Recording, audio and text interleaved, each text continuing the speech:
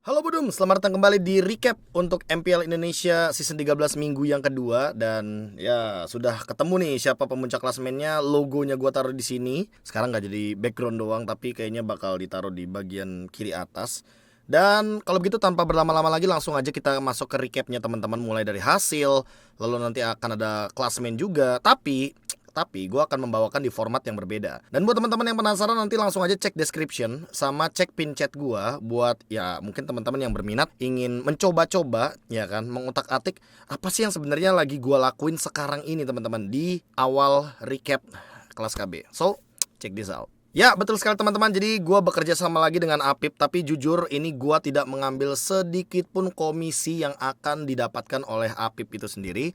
So Apip sebagai creator dia akan mengambil sepenuhnya kalau emang teman-teman berminat untuk ngecek format seperti ini yang jadwalnya pun sudah lengkap teman-teman. Gak cuma jadwal tapi teman-teman juga bisa dapat gambaran kayak waktu season 12 lalu gue bikin sedikit ya gambaran juga kalau misalkan 2021 ini yang lolos siapa. Nah, jadi kalau teman-teman nantinya ke depannya ingin mencoba hal-hal yang seperti ini possible banget untuk digunakan, ya kan? Contohnya seperti ini, mungkin ingin mencari tahu next stage-nya atau next match-nya itu akan seperti apa dan hasilnya akan seperti apa nanti untuk di klasmen. Kira-kira EVOS Glory kapan bisa naik ke podium 6 besar sih kira-kira misalkan dengan berapa sisa pertandingan yang mereka jalankan. Ya teman-teman langsung aja cek yang tadi gue mention gitu loh di link di description atau bahkan link yang ada di pin chat. Karena ini juga nanti akan terus dijalankan sampai dengan di babak playoff. Dan paketannya nggak cuma di MPL doang tapi di MDL juga ada teman-teman. Jadi menurut gue ini udah sangat-sangat lengkap sekali sampai Swiss round sampai playoff. Dan gue sangat mengapresiasi Apip. Thank you Pip udah mau ngebantu gue. Makanya ini gantian gue yang ngebantu lu.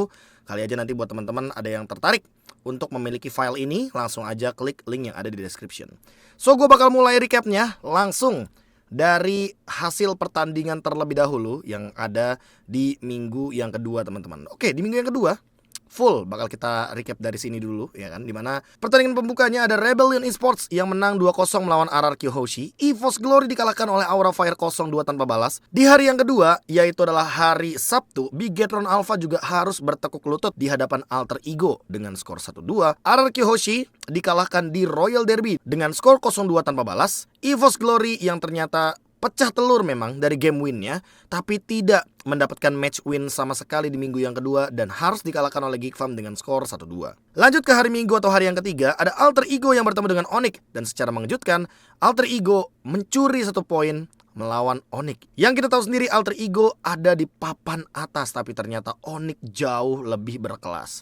Hasilnya 1-2, tapi ya buat Alter Ego menurut gue udah sangat-sangat baik sekali, udah sangat-sangat nice sekali. Dan lanjut masih ada Dewa United Esports yang ternyata bertemu dengan Bigetron Alpha dan hasilnya adalah 0-2 untuk Bigetron Alpha. Sementara Aura Fire yang ternyata secara mengejutkan melakukan banyak sekali outplay terhadap Rebellion Esports dan memenangkan pertandingannya 2-0.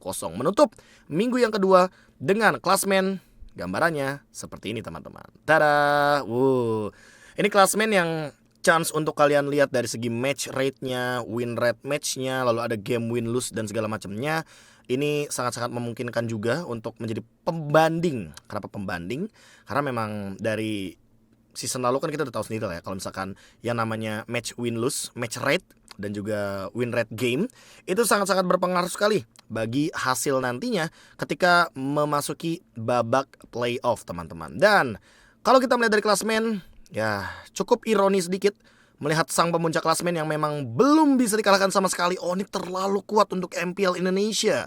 Sementara EVOS Glory masih belum mendapatkan satu kemenangan match sama sekali. Geek Farm ID, RRQ Hoshi, dan Rebellion Esports harus puas dengan satu kemenangan saja.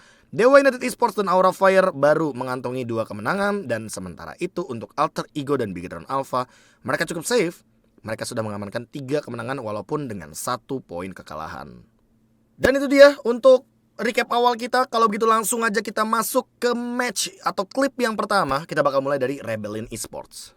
Di pertandingan Rebellion Esports versus RRQ, sebenarnya di sini ya kalau teman-teman mau lihat keuntungan, sebenarnya keuntungan ada di kubu dari Rebellion Esports. Tapi secara setup, karena emang teman-teman dari RRQ ini sempat mendapatkan 1 Lord dan bahkan mengungguli dari segi push karena mereka membawakan Benedetta, apalagi mungkin permainan pick off-nya RRQ lebih mengerikan ya karena mereka juga membawakan Chow dari Brusco. Dan kebetulan di game yang kedua kali ini Rebellion Esports itu mainin hero-nya yang lumayan susah buat bikin momentum. Salah satunya adalah Selena, Romer, dan juga Novaria. Jadi butuh banget setup yang sangat-sangat ciamik, butuh badan yang sangat-sangat tebal dari Vincent sehingga nantinya mereka bisa melakukan fight. Kebetulan di sini menurut gue Rebellion Esports membuat dua move di waktu yang bersamaan kalau teman-teman mungkin notice ya kan. Dan ini sering banget di rank games. Nah, karena ini adalah recap seperti biasa, recap itu akan selalu ada kaitannya sama rank games karena gue tuh pengen targetnya tuh adalah para pemain rank games yang mainnya berlima gitu loh. Nah, kalau teman-teman lihat di sini, sebenarnya Kars muncul di top lane, Vincent juga muncul di area dari Lordnya, mencoba untuk ngereset. Namun sayangnya ternyata Brusco proaktif banget, dia ngegangguin Vincent. Dan bahkan sampai di kick Vincentnya ketika darah dari Lord tersisa 9.000 sampai dengan 7.000. Ya sebenarnya jadi 7.000 pun gara-gara Swallow ngelakuin gerakan kan di sini sebenarnya teman-teman. Jadi Swallow itu sebenarnya tiba-tiba melakukan sebuah serangan yang menurut gue sangat-sangat offense di sini, ya kan. Dia tiba-tiba langsung mengeluarkan satu Astral Recall. Dan menurut gue satu Astral Recall ini sangat-sangat lumayan berarti sih, apalagi melihat kondisi yang dimana Rebellion tuh mau mencoba juga untuk mengambil Lordnya. Banana megangin dua pemain di sini. Ada Auditizi dan juga ada D yang kebetulan kayak nggak boleh dipaksa, yang kebetulan kayak nggak boleh gitu loh untuk keluar dari zona ini. Yang ini juga tentunya akan sangat-sangat menguntungkan sekali bagi teman-teman dari RRQ karena emang kalau seandainya Rebellion pegang kendali tim fightnya, ya RRQ akan kehilangan secara Lord objektif. Tapi ternyata dengan hanya bermodalkan Vincent saja di sini dan terkena knock up airborne, apalagi lelenya connect ke arah Lord. Dan ini kalau teman-teman lihat sebenarnya sisa 200 lagi ya kan. Vincent dengan Retribution ternyata dia dapetin satu Lordnya. Karena apa? Karena timing trap sama Retributionnya pas banget. Kalau teman-teman lihat sebenarnya di sini ya Vincent nggak bakal bisa ngelakuin Retribution kan, tapi masih dia tahan, masih dia hold. Audi dia mengeluarkan arrow dan trapnya di sini connect pecah ceprat pas banget sama Retribution. Ini pure timing yang bagus banget dari Rebellion karena gue yakin kayaknya Vincent juga bener-bener menunggu momentum yang tepat setelah dia terkena The Way of Dragon. Dan setelah Rebellion dapetin Lord kali ini nih, Lord yang dalam keadaan mereka nggak unggul-unggul banget ya kan, karena Kars juga show di top lane, jadi udah pasti bakal lebih telat untuk hadir di dalam setup team fightnya, sehingga ya teman-teman bisa lihat sendiri bahwa RRQ yang mengalami kerugian dan Rebellion mengalami keuntungan. Menurut gue Rebellion di sini sangat-sangat oke sekali dengan komunikasinya.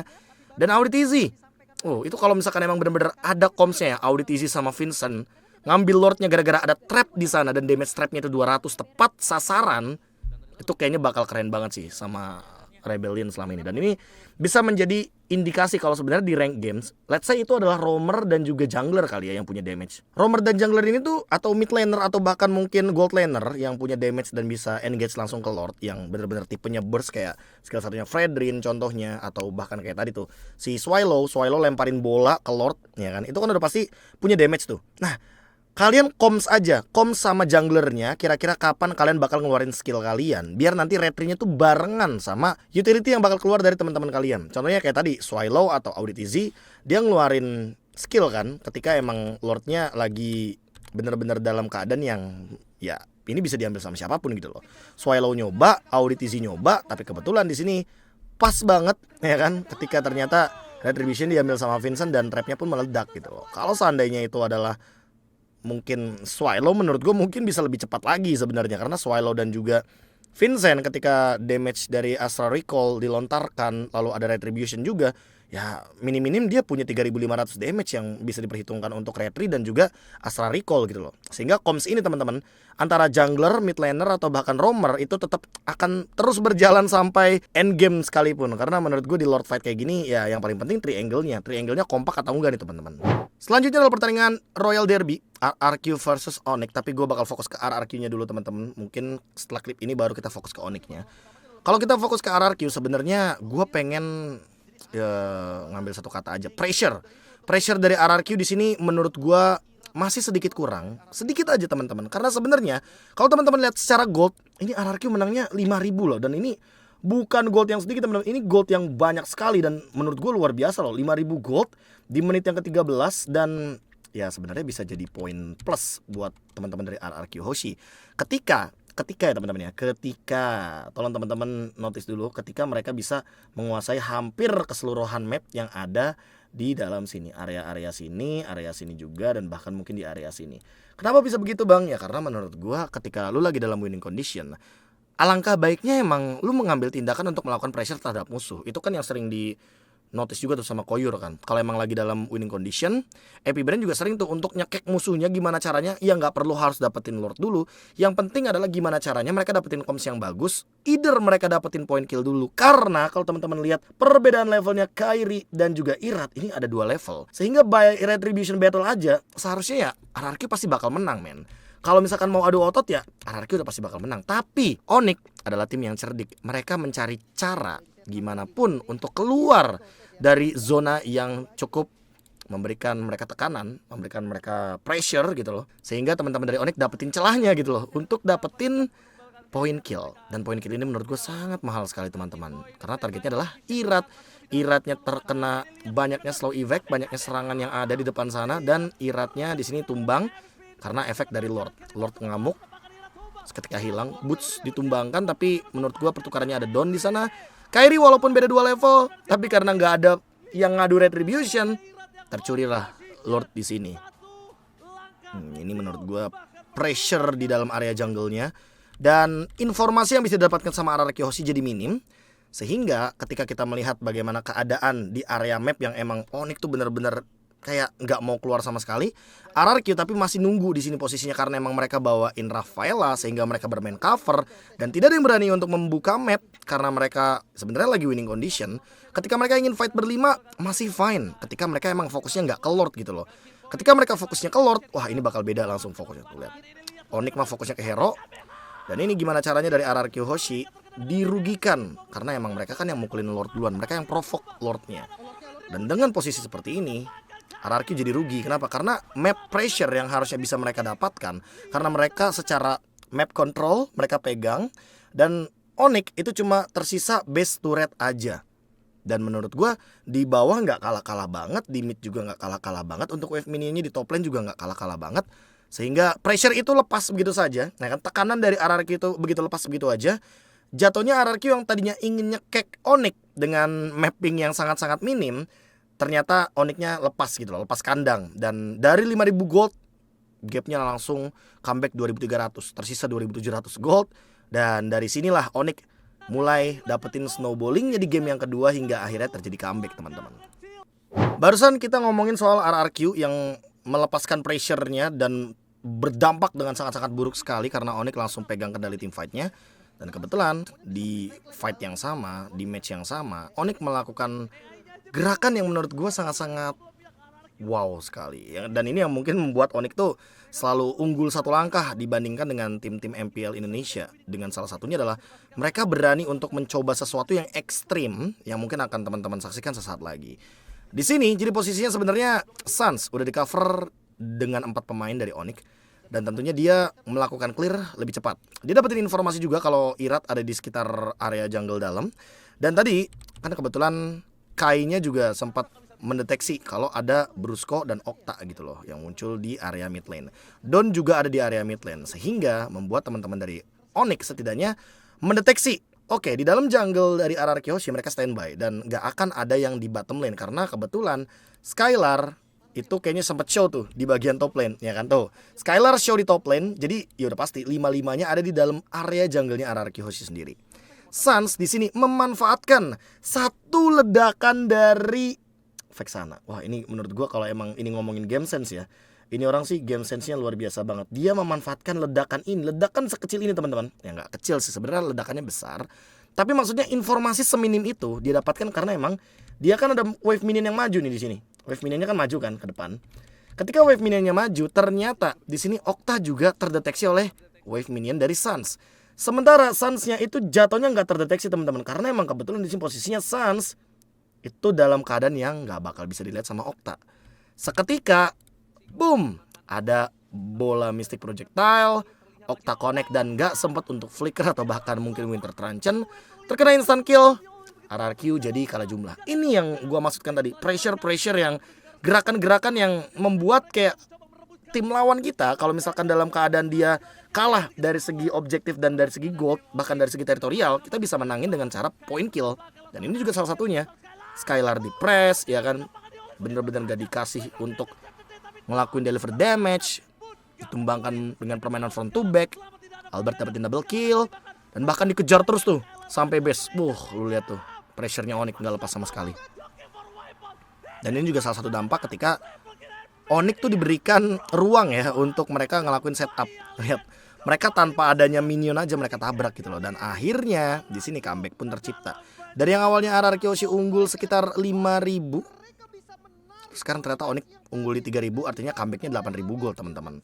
Ya inilah alasan juga kenapa Onyx masih bertengger di puncak klasmen dan bahkan masih belum bisa dikalahkan secara matchnya. Kita masih mencari nih siapa kira-kira di season ini yang mampu untuk menumbangkan Onyx dan menghentikan dominasi 3 win streaknya sampai dengan minggu yang kedua. Selanjutnya adalah pertandingan Geek versus EVOS. Pecah telur EVOS untuk game win, karena akhirnya mereka mendapatkan 1 game win ya teman-teman. Dan lumayan jadi modal, karena apa? Karena game win ya bisa jadi penentu juga untuk nanti kita head to head dengan tim-tim lain gitu loh teman-teman. Tapi berbicara EVOS Glory, menurut gue EVOS Glory di sini ada satu yang bisa mungkin untuk para pemain roamer, mungkin kalian yang lebih tepatnya lebih aware terhadap targeting, dan juga kalian bisa mencari gitu loh siapa sih carry sesungguhnya lah dari sebuah tim. Apalagi carry tersebut yang mungkin sangat-sangat menyebalkan, sangat-sangat menyusahkan di dalam pertandingan ya teman-teman. Dan di game ini kebetulan EVOS Glory kesulitan gara-gara Aboy. Dan kalau teman-teman lihat setup yang terjadi ya, atau setup yang dibuahkan, sebenarnya tertangkap tuh Cadera duluan teman-teman. Cadera tertangkap, Baloyski join karena ada hard guard, tapi di sini yang jadi target adalah Aboy karena Aboy kebetulan baru turun karena adanya Astral Recall. Van Strong langsung target, Veldora langsung target ke Aboy, dan Caderanya baru dikejar setelah hard guardnya pun redup pelan-pelan. Ini menurut gue salah satu targeting dan shot call yang paling oke so far dari EVOS Glory. Karena ya kayak yang gue bilang guys, semua tim pasti improve, tapi bukan tim bawah doang, tim atas juga improve.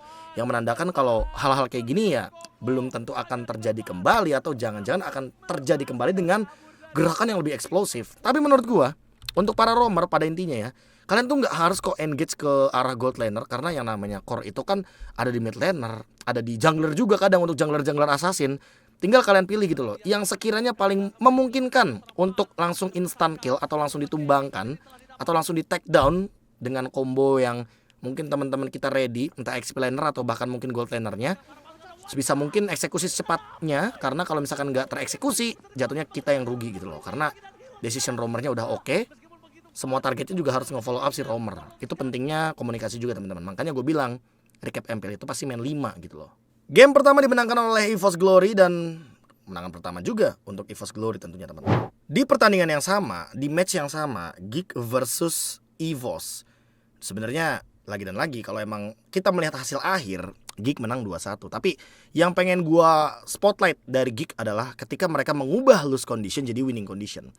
Secara kita melihat dari segi objektif ya sebenarnya semuanya sama-sama rata ya teman-teman ya. Belum ada yang dapetin turret, turtle juga 1-1.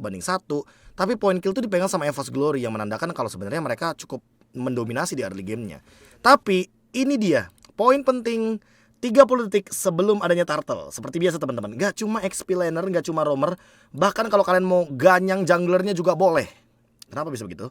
Karena tanpa adanya penggunaan retribution, ketika adanya turtle team fight atau bahkan lord fight, itu akan sangat menguntungkan tim kalian. Dan ini yang dilakukan sama Geek Farm. Mereka pukul mundur Van-nya, bikin Van-nya gak 100% HP, dan setelah itu mereka coba untuk take over objektif yang ada di sekitar dari turtle-nya. Mereka coba untuk nge-press mid, mereka coba untuk ngelakuin point kill atau ganking kecil.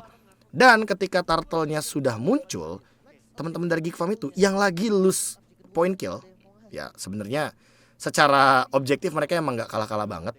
Mereka ternyata cuma pengen tarik ulur aja di dalam area turtle-nya.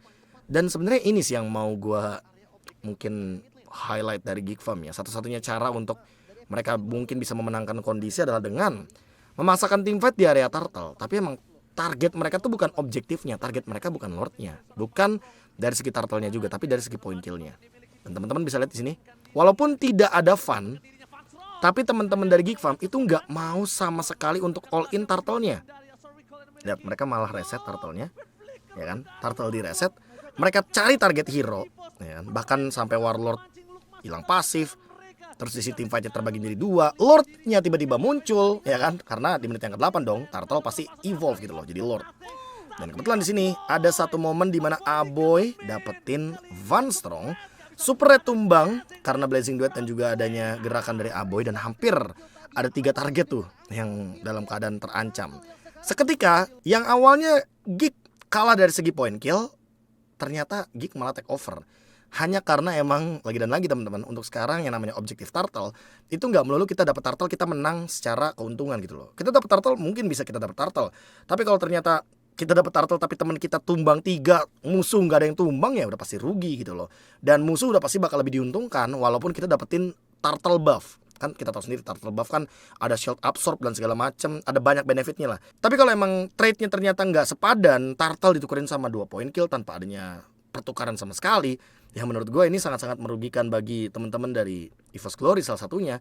Dan Geek malah yang sangat-sangat diuntungkan, tidak ada point kill yang didapatkan. Mereka emang gak dapetin turtle, tapi mereka langsung dapetin lordnya. Dan ini timing yang tepat banget teman-teman. Dan ingat, turtle yang ketiga itu kalian bisa bikin decision sebebas mungkin. Kalian gak mau turtle-nya, kalau misalkan emang kalian lagi unggul 5000, ya udah menit 7 kalian dimin aja turtle-nya. Nanti akan muncul lord di menit yang ke-8. Setelah itu kalian baru ganyang aja lordnya. Tapi tidak melupakan kalau seandainya kalian lagi unggul 5000 sampai dengan mungkin 7000 di menit yang ke-8, press musuhnya, pick off dulu musuhnya 1. Kalau kalian 5 lawan 4, musuhnya 4, kalian baru ganyang aja lordnya. Karena itu udah pasti musuhnya kalau maju lagi, kalian tetap akan menang dan tetap akan mendapatkan pick off yang menguntungkan. Waktu week pertama dari MPL Philippines, ya kebetulan kita melihat Ruby Gold Lane dari Blacklist International. Dan bukan tanpa alasan Alter Ego membawakan Ruby Gold Lane. Dan untuk teman-teman yang mungkin kayak bertanya-tanya kenapa sih Ruby Gold Lane muncul, ya jawabannya adalah karena kebetulan di sini yang mau dijadiin carry-nya itu dari Alter Ego adalah Krite-nya gitu loh, dengan Xavier. Yap, betul sekali. Pick Xavier yang ternyata membuahkan teamfight yang sangat chaotic sekali, teamfight jangka panjang yang sangat luar biasa sekali. Dan memang mengandalkan magic damage, belum semua tim bisa eksekusi dengan secara maksimal. Tapi ada satu hal yang paling penting dari teamfight kali ini teman-teman, ya mungkin teman-teman bisa menyaksikan teamfightnya terlebih dahulu, karena menurut gue teamfightnya sangat satisfying. Lihat, cewek diganyang, Rasi sampai flicker Minion Fury, semua sword skill keluar. Ini kayak gambaran Endless War-nya Mobile Legends Bang Bang yang lore ceritanya bener-bener chaotic banget. Dan Alter Ego di sini seberani itu untuk membawakan pick yang sangat unusual, Cheese-strat jatuhnya. Kenapa gue bilang Cheese-strat? Karena emang mereka nggak punya marksman gitu loh. Mereka nggak punya lini belakang untuk melakukan damage per second atau serangan kepada turret, sehingga itu akan sangat merugi ketika kita berbicara momentum di late game. Tapi ya teman-teman bisa lihat sendiri, fight-nya kuat banget. Dan ini bisa menjadi pertanda awal atau sinyal awal kalau nanti kita bakal menyaksikan apakah kedepannya akan lebih banyak fighter-fighter Gold Lane, contohnya kayak Benedetta Gold Lane, atau bahkan mungkin kita akan menyaksikan kembali Leomord Gold Lane. Waktu sempat bawain ya di week yang sorry, bukan week, tapi season yang ke-7. Kenapa week yang ke-7? Season yang ke-7, yang dimana pada saat itu kita tahu sendiri lah, marksman lagi gak terlalu power, tapi ternyata opsi untuk membawakan fighter di area Gold Lane itu banyak gitu loh. Dan season 7 kan kita tahu sendiri yang paling laris kan paling Granger, ya kan, Brody Retry, ya kan, gak jauh-jauh dari itu. Sehingga dengan di nerfnya marksman, dan teman-teman bisa lihat sendiri seberapa rapuhnya marksman ketika ditabrak-tabrak oleh tipikal-tipikal tank jungle dan bahkan skill damage fighter yang sangat-sangat tebal di lini depan. Ini kayak jadi sinyal awal kalau ya marksman itu masih bisa digunakan, tapi fighter Gold Lane pun masih bisa dibawakan loh teman-teman. Tapi kalau menurut teman-teman gimana nih? Alter Ego munculin Ruby Gold Lane, Blacklist International munculin Ruby Gold Lane. Perbedaannya adalah Blacklist International junglernya itu Nathan, jadi ada eksekutornya. Sementara Alter Ego bawain tank jungle. Kalian lebih suka yang mana? Kalian lebih suka yang ada eksekutornya karena dua fighter udah cukup, udah tebel banget kanan kirinya? Atau kalian lebih suka dengan opini kalian mungkin, bang enggak, Gold Lane-nya Chang'e aja atau Gold Lane-nya Lunox aja karena magic damage juga gak kalah power kok di early game? Coba tulis kolom komentar Gold Laner apa aja yang menurut kalian possible untuk muncul di MPL Indonesia, dan kita tunggu apakah hal tersebut akan terjadi di minggu-minggu selanjutnya. Untuk klip selanjutnya agak sedikit panjang teman-teman, tapi let's see what happen di pertandingan Dewa versus Bigetron Alpha. Fokusnya ke Bigetron Alpha tentu teman-teman, karena di game yang pertama ini menurut gue adalah comeback yang sangat-sangat luar biasa besar dari Bigetron Alpha. Comebacknya tuh dalam keadaan mereka kalah super minion, dan di sini kalau teman-teman lihat, ya kan, Drian terbang, Watt juga terbang. Watt join ke tengah-tengah tim fight Bigetron Alpha, ya udah pasti langsung diganyang sama pemain Bigetron Alpha.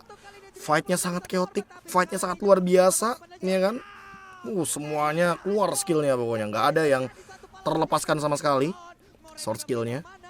Bahkan Moreno yang benar-benar sampai dia slow banget movementnya, ya kan? Hingga akhirnya dia ternyata di sini berhasil juga untuk melakukan wipe out kepada teman-teman Dewa. Nah, singkat cerita, kita menuju ke Lord. Lordnya didapatkan teman-teman oleh Bigetron Alpha. Setelah Lord, apa yang terjadi? Ya udah pasti Lordnya muncul di detik yang ke-11. Dan kali ini Lordnya muncul itu, teman-teman dari Bigetron Alpha gak langsung buru-buru untuk nge-clear wave minion dari midnya. Mereka coba untuk tahan wave minion di mid. Mereka cuma bener-bener ngendalin aja Lordnya biar gak dipukul. Lihat Ki, lihat Super Ken. Dia cuma stay di area jungle, di area laning mid. Agar apa? Agar tidak ada member dari Dewa yang berusaha untuk melakukan clear terhadap Lord di area mid lane. Minion dan Lord muncul di detik 25:11. Minion selanjutnya muncul di detik keberapa? Betul, 41 sampai dengan 43. 25:41 sampai dengan 25:43. Wave super minionnya muncul lagi. Padahal Bigetron lagi dalam keadaan yang kalah gitu loh di sini posisinya.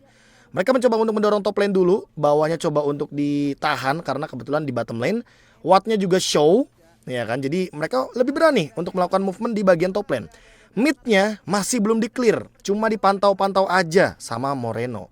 Sekalinya Moreno ngelihat oke nggak ada member dari Dewa, ya udah mereka lepasin Lordnya dan muncul kembali di 26:11 sampai dengan 26:13. Wave yang ketiga, dan menurut gua stacking up dari super minion Lord yang Lordnya emang sengaja ditahan terlebih dahulu dan bahkan membuang-buang waktu Watt sampai di bawah, jatuhnya kayak Watt kayak nggak ngapa-ngapain. Aduh, ini minionnya udah hampir 3 wave, udah akhirnya dia memilih untuk pulang. Dan hingga pada akhirnya ketika berada di area team fight, teman-teman bisa lihat sendiri, ini Lordnya masih strong, darahnya masih 18.000, kendali macro play terhadap Lord Evolve-nya menurut gue dimanfaatkan secara maksimal sama Bigetron. Dan bahkan sampai akhirnya muncul wave minion yang keempat, lagi dan lagi super minion dari Lord. Hingga akhirnya Bigetron Alpha mendapatkan gold benefit 5.000 karena mereka dapetin tower atas, tower mid lane, base turret, top turret base, dan akhirnya mereka melakukan eksekusi endgame hingga memenangkan game yang pertama dengan comeback yang luar biasa. Dari under sekitar 5.000-an mereka unggul 8.000. Comebacknya berarti ada sekitar 13.000-an teman-teman.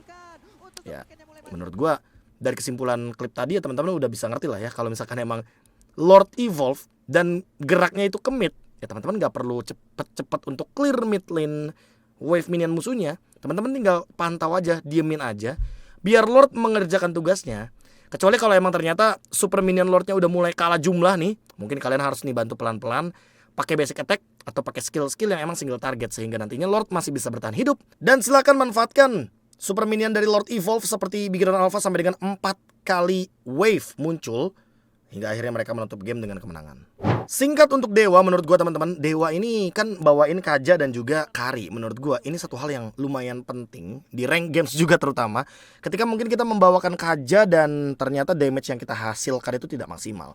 Sayangnya di potensi Kajanya, karena Divine Judgment dan Flicker ini kan bukan skill atau battle spell yang kebetulan cooldownnya cepat ya teman-teman ya. Di sini momennya Ki ditarik Divine Judgment, tapi damage-nya nggak cukup. Hingga akhirnya teman-teman dari Bigetron Alpha malah mainin tarik ulurnya, mainin kiting powernya, ya kan. Diawali dari Super Ken yang dipok, tapi ternyata tiba-tiba Sorizo menangin movement duluan, ya kan. Lihat di mid lane-nya, Sorizo-nya ngelangkah duluan ke area top lane. Hingga akhirnya Ki, ya, dia dapat momen bareng sama Eman, Blazing Duet jump in, dan ketika ingin mundur Gary-nya, ada Sorizo, dipegangin lah kakinya. Rugi di sini buat Drian karena dia udah keluar Divine Judgment tapi nggak ada point kill, pick off-nya gagal, kitingnya dimenangin sama Bigetron karena emang tarik ulurnya bagus banget. Tapi ini hal penting dari Dewa teman-teman. Ketika emang teman-teman merasa damage-nya masih belum cukup, jangan paksakan untuk melakukan ganking yang resikonya untuk mengeluarkan satu Divine Judgment. Yang kita tahu sendiri ini mungkin alasannya ya kenapa Kaja dan Franco mungkin udah mulai jarang gitu loh untuk muncul atau bahkan di ban. Coba deh teman-teman lihat season 11 atau mungkin season 12 lah, nggak usah jauh-jauh juga. Kayaknya Kaja masih beberapa kali di ban gitu loh. Tapi untuk sekarang Kaja kayaknya dilepaskan begitu aja karena emang rata-rata kayaknya timnya juga udah tahu ya. Kaja butuh fleeting time untuk bermain dengan cooldown yang sangat-sangat ekstrim cepat. Tapi kalau misalkan dengan penggunaan Divine Judgment dan ternyata nggak dapetin point kill, Kajanya pasti bakal rugi karena Kajanya nggak bakal bisa ngapa-ngapain di beberapa fight selanjutnya. Dan klip terakhir teman-teman, betul sekali, ini adalah 30 detik sebelum turtle seperti biasa. Tapi versi Yawi. Menurut gue versi Yawi lebih mahal dan akan gue taruh di klip paling terakhir karena bisa jadi moment of the week juga. Entah kenapa gue suka banget sih cara untuk pengendalian dia terhadap sebuah objektif. Salah satunya adalah purple buff yang dimiliki sama Vincent dan juga turtle yang akan muncul sesaat lagi. Dari penggunaan barirnya aja teman-teman bisa lihat di sini Yawi memperlama Vincent untuk hadir di purple buff. Karena apa? Karena kalau misalkan Vincent datang ke purple buffnya aja telat, berarti dia bisa telat juga ke area turtle. Dan setelah Vincent telat, ya kan, untuk datang ke area purple-nya terlebih dahulu, Gugun di sini niatnya pengen ancem gitu loh, buat ayo Vincent pakai retribution-nya. Nah, di sini Yawi ternyata yang menjadi pemicu untuk retribution-nya, tapi ternyata Vincent nahan retribution-nya dan purple buff-nya pun diambil sama Yawi. Vincent kenapa nahan retribution-nya? Udah pastilah karena dia mau ambil turtle-nya teman-teman. Seperti yang gue bilang tadi, Vincent-nya jadi kalah langkah gara-gara Yawi dengan barrier yang digunakan oleh Grok. Dan di sini Aran langsung backup. Aran itu nutupin banget Vincent-nya agar dia tidak hadir juga di dalam area turtle. Hingga nantinya Gugun bisa menggunakan retribution tanpa perlu ragu. Dia harus ngadu retribution 50-50 lawan Vincent. Hingga akhirnya di sini Vincent pakai dance welcome tapi nggak nyampe ya kan ke arah Gugun. Dibadanin sama Aran. Arannya tiba-tiba ngezoningnya jauh banget. Ngezoning Cars, bahkan ngezoning Swallow. Bahkan hampir dapetin 4 kill sebenarnya dari Aura, cuma kayaknya mereka nggak mau maksain. Tapi hal pentingnya di sini adalah teman-teman, dengan memperlama gerakan dari jungler aja sebenarnya kita udah untung banyak banget teman-teman. Udah delay pokoknya. Kalau kata Bang Krik kan udah delay. Makanya kalau teman-teman lihat posisi yang dimainkan sama teman-teman RBL ini emang ya mereka nggak bisa bergerak atau menyentuh ke arah turtle-nya karena emang ada Aran dan juga Yawi yang menghadang di depan sana. Dan menurut gua Yawi di game ini teman-teman, kalau teman-teman mungkin tonton ulang, Yawi ngelakuinnya nggak cuma sekali, Yawi ngelakuinnya berkali-kali. Sehingga ya Vincent-nya telat datang, Vincent-nya kepake retribution duluan, dan objektif dimenangkan oleh Gugun secara maksimal. Team play dari Aura ini emang bener-bener nggak cuma ngandelin yang namanya otot ya kan, karena fight, tapi mereka juga ngandelin intelligence mereka, kecerdasan mereka untuk memanfaatkan gimana caranya temen gue nyaman walaupun mungkin ya gue yang nggak aman gitu loh. Mungkin di pandangan Yawi dan Aran kan gitu, dia nggak aman di depan, tapi seenggaknya Gugunnya aman di belakang teman-teman. Dan ini dia jadwal untuk di minggu yang ketiga. Onyx berhadapan dengan Aura, EVOS Glory melawan Dewa. Aura akan berhadapan dengan Bigetron Alpha, RRQ Hoshi melawan EVOS Glory. Derby klasik dong berarti ya. Geek Farm melawan Alter Ego, Rebellion melawan Onyx, Bigetron Alpha melawan RRQ Hoshi, dan penutup matchnya ada Dewa United Esports versus Geek Farm ID. Dan itu menjadi penutup untuk recap kali ini teman-teman. Terima kasih banyak yang udah pada nonton. Dan lagi-lagi gue ingatkan buat teman-teman yang mau dapetin filenya yang tadi udah gue tunjukkan dari awal, silakan cek description atau bahkan cek link yang ada di pin chat. Silakan langsung cek sendiri teman-teman, karena gue tidak tahu menahu. Ini pokoknya urusannya Apip. Dia yang coba buat nolong gue dengan data yang sama seperti di season 12. Dan gue yang sangat terbantu juga, makanya ya saya thanks to Apip lah. Kalau misalkan emang teman-teman mau mendapatkan file yang seperti tadi gue tunjukkan di awal-awal video atau bahkan akhir video. Sampai jumpa lagi di recap selanjutnya di minggu depan, minggu yang ketiga. Jangan lupa bahagia. Dadah.